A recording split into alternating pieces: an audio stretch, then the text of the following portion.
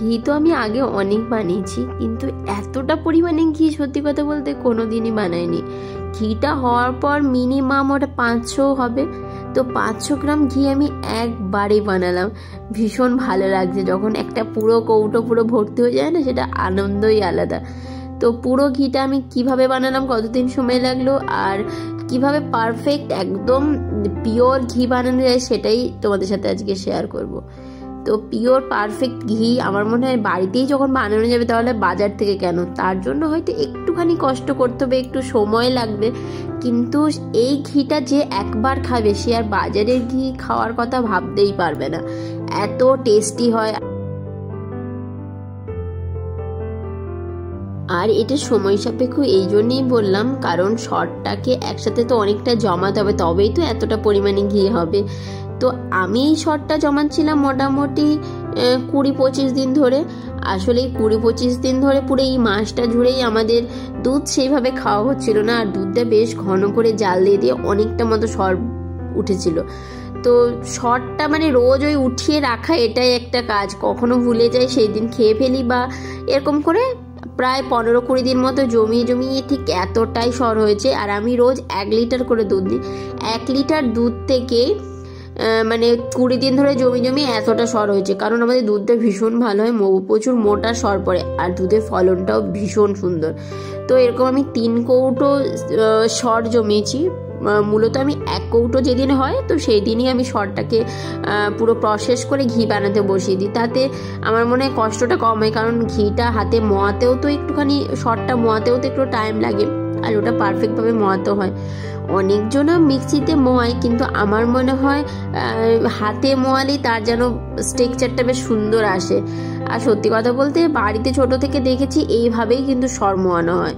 তো এটা বেশ একটা আনন্দ থাকে যে নিজের হাতে পুরোটা করে এত সুন্দর একটা ঘি পাওয়া, ভীষণ ভালো লাগে।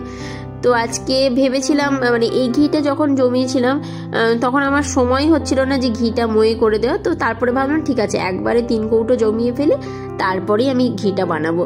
তাতে কি হবে, যে আমাদের চিমনিটা ঘি বানালে তো চিমনি চালাতে হয়, তাতে একবারই চালানো হয়ে যাবে, এরকম একটা ব্যাপার। মানে সব দিকে হিসাব করে কাজ করতে গিয়ে অনেকটা ঘি জমে গেছে, ভালোই হবে, একটা পুরো কৌটো আজকে ভরে যাবে মেবি।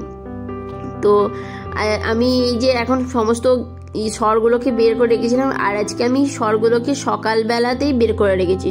সকালবেলায় বের করে রাখার ফলে কি, যতটা ঠান্ডা ছিল সেটা কেটে গেছে, আর মানে সরের মধ্যে যে এক্সট্রা যে জলটা ফ্রিজে রাখার পরে হয় সেটাও থালার মধ্যে বেরিয়ে এসছে, সেটা ফেলে দিয়েছি।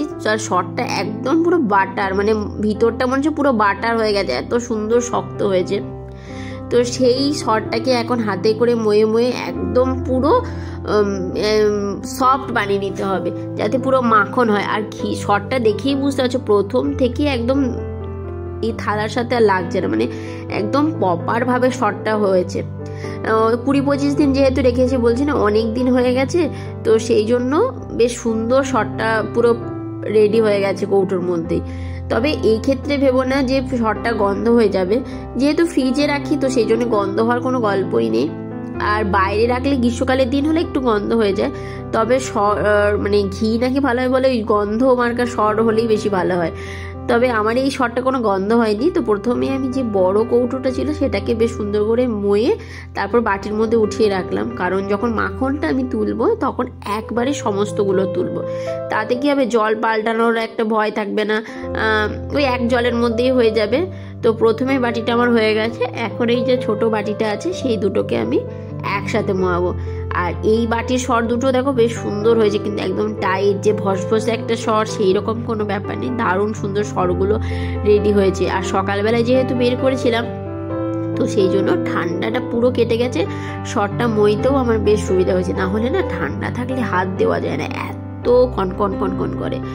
তো এটাকেও সেই সেম প্রসেস, একদম চটকে চটকে সুন্দর করে মেখে হাতের তালু দিয়ে পুরো সরটাকে মইতে হবে, একদম নরম যখন সফট হয়ে যাবে তখন বুঝতে হবে সরটা মোয়ানো হয়ে গেছে। আর আমি তো বলেইছি যে কিভাবে বুঝতে হবে, সরটা যখন পুরো মোয়ানো হয়ে যাবে জলের উপর ফেলে যদি ভেসে ওঠে তখন বুঝতে হবে সরটা মোয়ানো হয়ে গেছে। তাছাড়া তোমরা যারা 1-2 বার ময়েছো বা যারা নতুন আছো তারা হয়তো বুঝতে পারছো না, তো যখন একবারে দেখবে তখন পুরো একদম মাখন হয়ে যাবে, একদম সফট হয়ে যাবে আর থালার মধ্যে লাগবে না, তখনই বুঝে যাবে যে সরটা মোয়ানো হয়ে গেছে।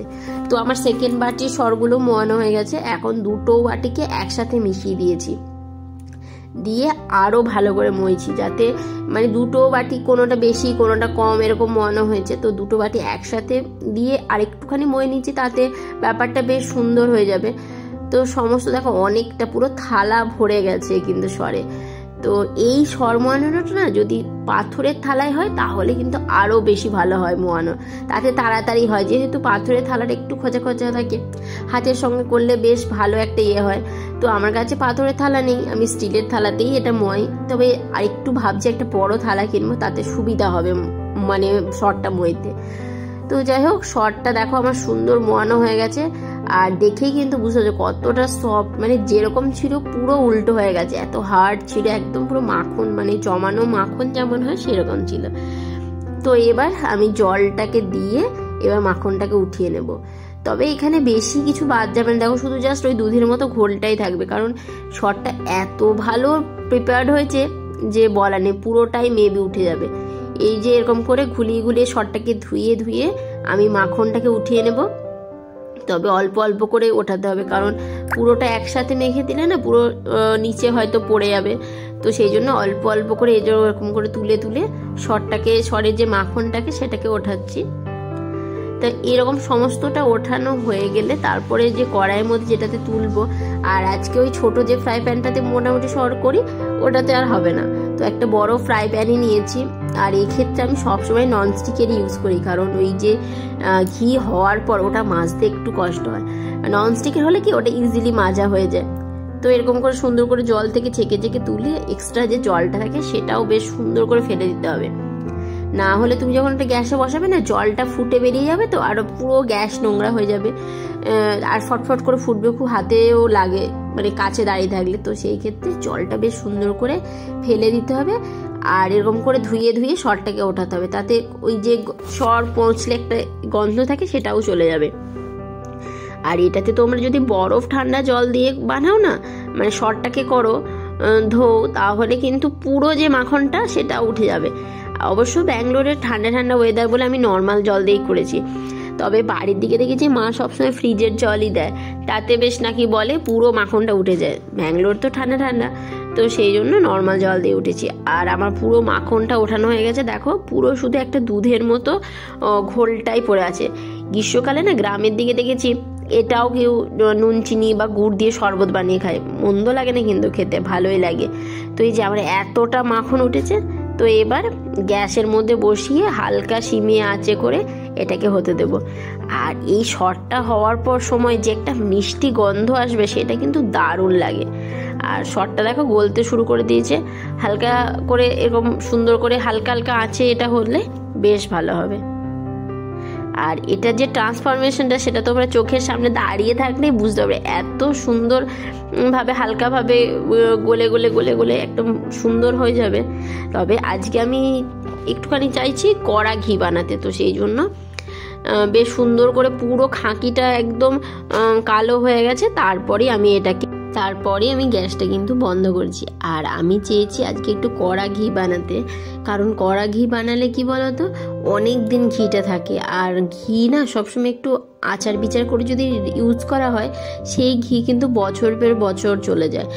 আর যদি তুমি একটুখানি কাঁচা কাঁচা ঘি বানাও, যেটা হলুদ ঘি হয়, তো সেটা 3-4 মাস পরই না একটা কেমন বাজে গন্ধ এসে যায়, সেই ক্ষেত্রে অতটা ভালো হয় না। তো তোমরাও প্লিজ এইভাবে একবার বানিয়ে দেখো, দারুণ লাগবে। আর এই যে দেখো কতটা ঘি